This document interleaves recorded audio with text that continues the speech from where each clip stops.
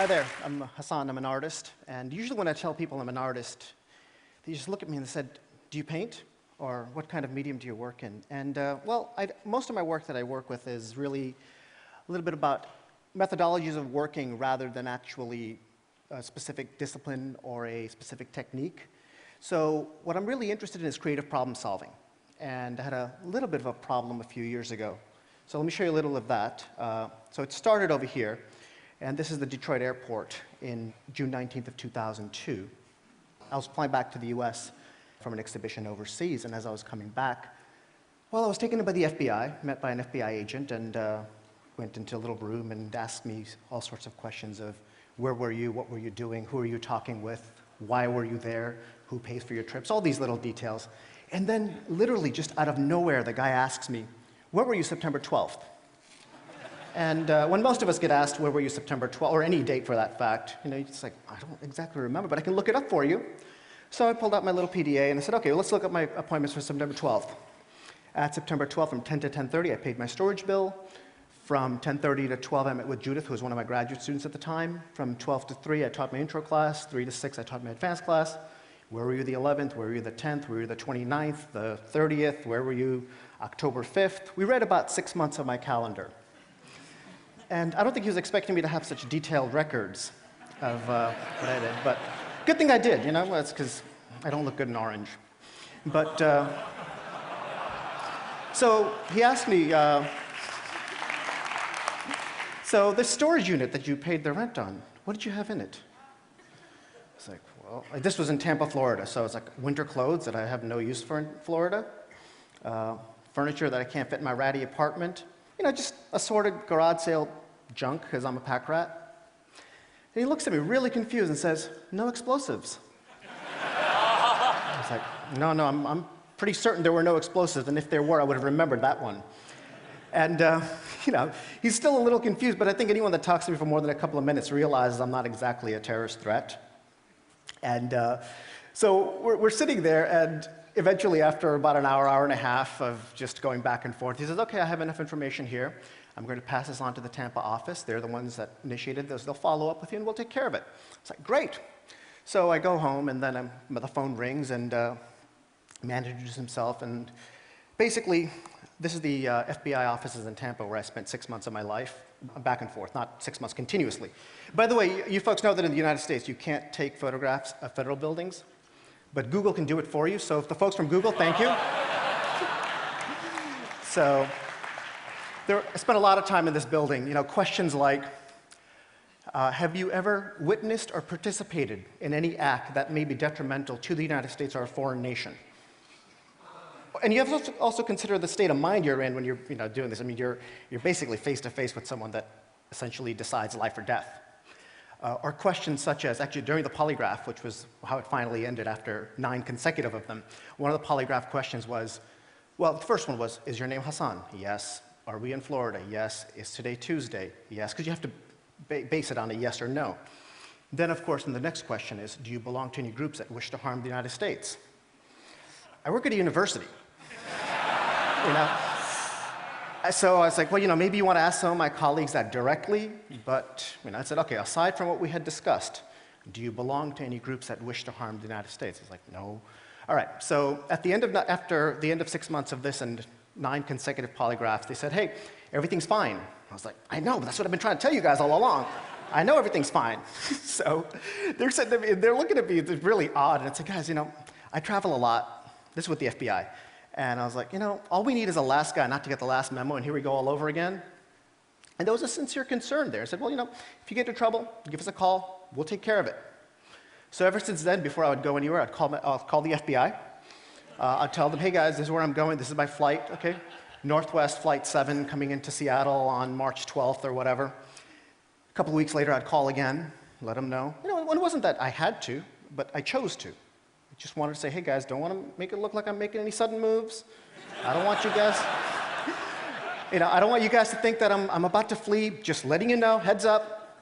And so I just kept doing this over and over and over. And then the phone calls turned to emails, and the emails got longer and longer and longer with pictures, with travel tips. Then I'd make websites.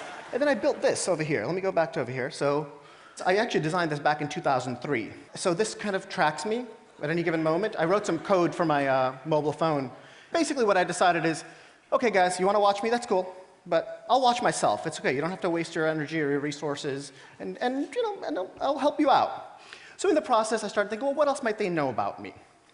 Well, they probably have all my flight records. So I decided to put all my flight records from birth online. So this is, you can see Delta 1252 going from Kansas City to Atlanta. And then you see, these are some of the meals that have been fed on the planes. This was on Delta 719 going from JFK to San Francisco. See that? They won't let me on a plane with that, but they'll give it to me on the plane. These are some of the airports that I hang out in, because I like airports. At Kennedy Airport, May 19th, Tuesday. This is in Warsaw, Singapore. You can see they're kind of empty. These images are shot really anonymously to the point where it could be anyone. But if you can cross-reference this with the other data, then you're basically replaying the role of the FBI agent and putting it all together. When you're in a situation where you have to justify every moment of your existence, you're put in this situation where you react in a very different manner. At the time that this was going on, the last thing on my mind was art project. I was certainly not thinking, hey, I got new work here. But after going through this, after realizing, well, what just happened? And after piecing together this, and this way of actually trying to figure out what happened for myself eventually evolved into this. And it actually became this project. So these are the stores that I shop in, some of them, because they need to know. This is me buying some duck-flavored paste at the Ranch 99 in Daly City on Sunday, November 15th. At Koreana Supermarket, buying my kimchi, because I like kimchi. And I bought some crabs, too, right around there. And some chitlins at the Safeway in Emeryville.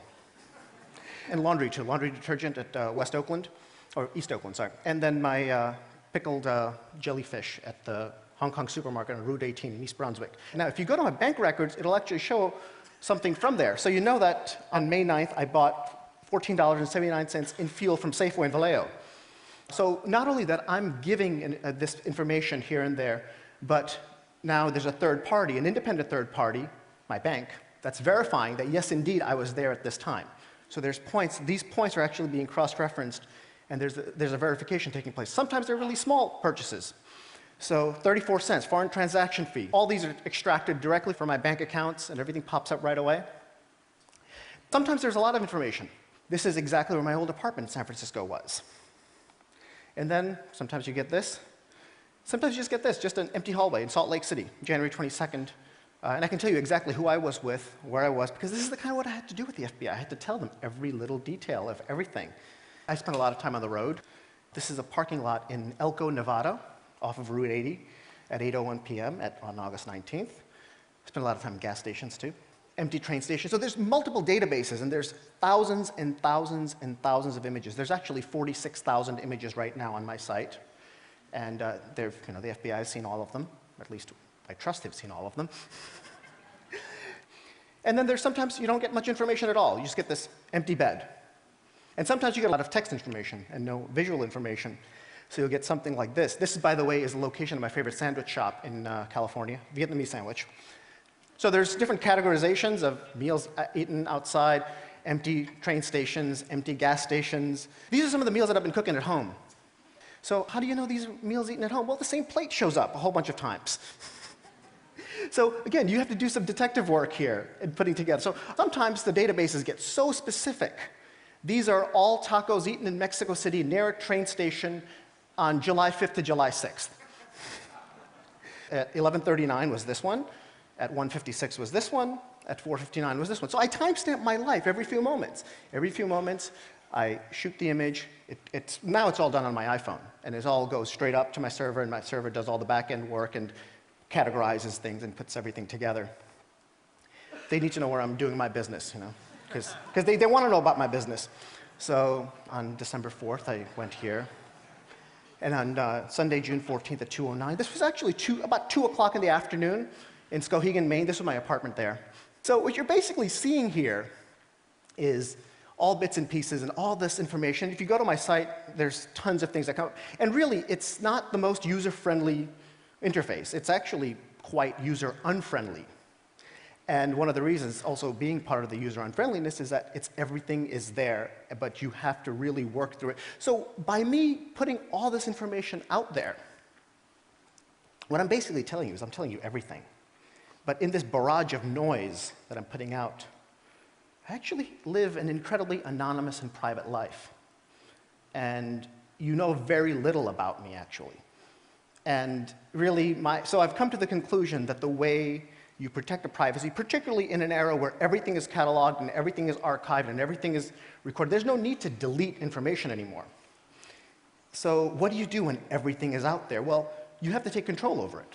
And if I give you this information directly, it's a very different type of identity than if you were to try to go through and get bits and pieces.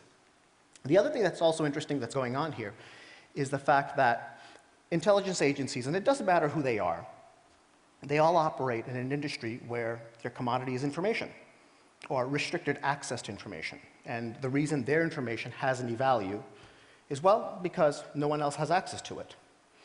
And by me cutting out the middleman and giving it straight to you, the information that the FBI has no value. So thus devaluing their currency. And I understand that on an individual level, it's purely symbolic. But if 300 million people in the US started doing this, we would have to redesign the entire intelligence system from the ground up. Because it just wouldn't work if everybody was sharing everything. And we're getting to that. You know, when I first started this project, people were looking at me saying, why would you want to tell everybody what you're doing, where you're at? Why are you posting these photos? Well, this was before an age before people were tweeting everywhere and 750 million people were posting status messages or poking people. So in a way, I'm actually kind of glad that I'm completely obsolete. I mean, I'm still doing this project, but it really is obsolete because you're all doing it. This is something that we all are doing on a daily basis, whether we're aware of it or not. So we're creating our own archives and so on. And, you know, and some of my friends have always said, hey, you're just paranoid. No one's, you know, well, why are you doing this? Because no one's really watching and no one's really going to bother you. So one of the things that I do is I actually look through my server logs very carefully, because, you know, it's about surveillance, so I'm watching who's watching me. And I came up with these. So these are some of my sample logs, and it's little bits and pieces, and you can see some of the things there. And I cleaned up the list a little bit so you can see. So you can see that the Homeland Security likes to come by, Department of Homeland Security. You can see the National Security Agency likes to come by. I actually moved very close to them. I live like right down the street from them now. Central Intelligence Agency, Executive Office of the President. Not really sure why they show up, but they do. I think, you know, they kind of like to look at art. And I'm glad that we have patrons in the arts in these fields. So thank you very much. Appreciate it.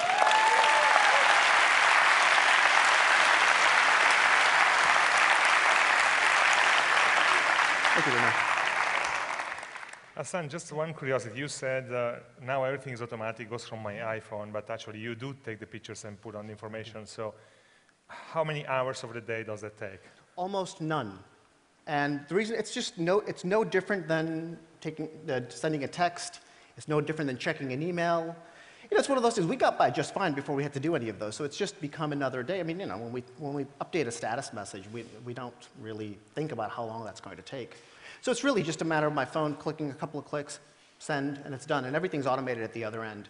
And then the day you are in a place where there is no coverage, the FBI gets crazy? Well, it goes to the last point that I was at. Okay. So it holds on to the very last point. So if I'm on a 12-hour flight, you'll see the last airport that I departed from. Yes, Hasan, thank you very much. Thank you.